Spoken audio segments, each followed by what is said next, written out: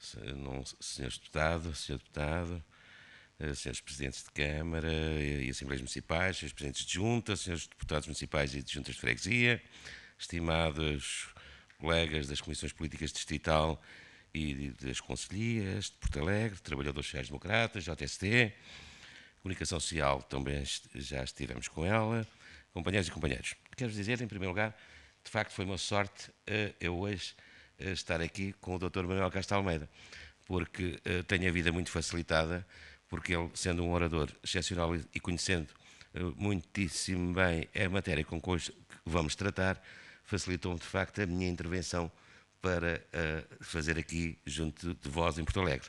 Mas gostaria muito de vos dizer o seguinte, que vi aqui com imenso gosto a Porto Alegre, onde me desloquei tantas vezes a convite de um saudoso companheiro, o Dr. Plínio Serrote, um grande homem desta terra e deste partido, a quem presto perante vós a minha sincera homenagem.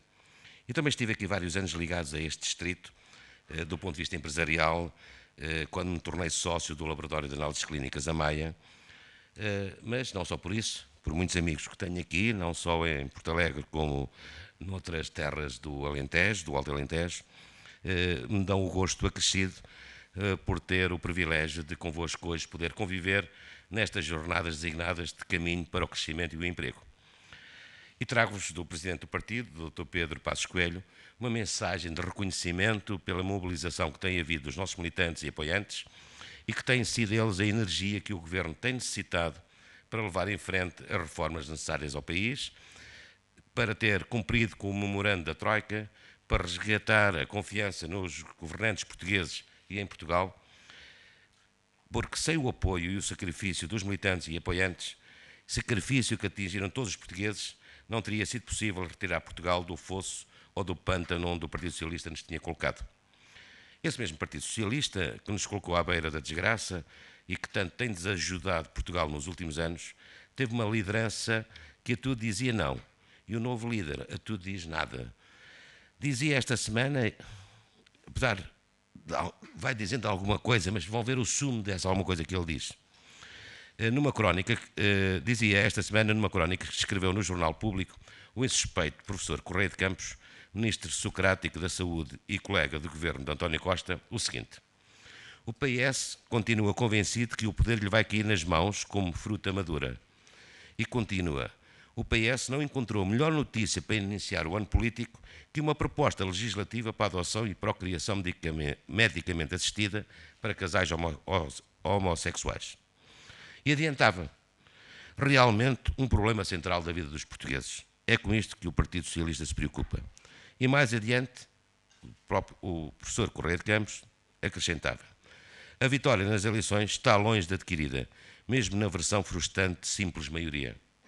Já o líder do PS, o António Costa, apresentava à comunicação social aquilo que apelidou de agenda para a década. Uma agenda sem uma única ideia. Se lerem, vão ver que não tem uma nova ideia para o país. Mas que, no seu dizer, muda tudo. E muda para continuar a política de Sócrates e de Costa. As mesmas políticas que levaram o país ao colapso de 2011. Aquilo que propõe, quer no método, quer nos objetivos, no pensamento e na atitude, é mais do mesmo, daquilo que nos deram da última vez que tiveram o poder em Portugal. É um partido, o PS, que não aprendeu com os erros que cometeu. E pior do que isso, não quer aprender. É essa repetição dos enganos e equívocos que constitui uma ameaça para o nosso país. Meus queridos companheiros e companheiras, há quem pense que uma mentira dita muitas vezes passa a ser verdade. E António Costa diz que uma das grandes diferenças do seu programa com o do nosso partido, ele que apresenta um combate à estratégia de empobrecimento coletivo, que assenta em baixos salários, na redução de direitos e no desmantelamento do Estado Social.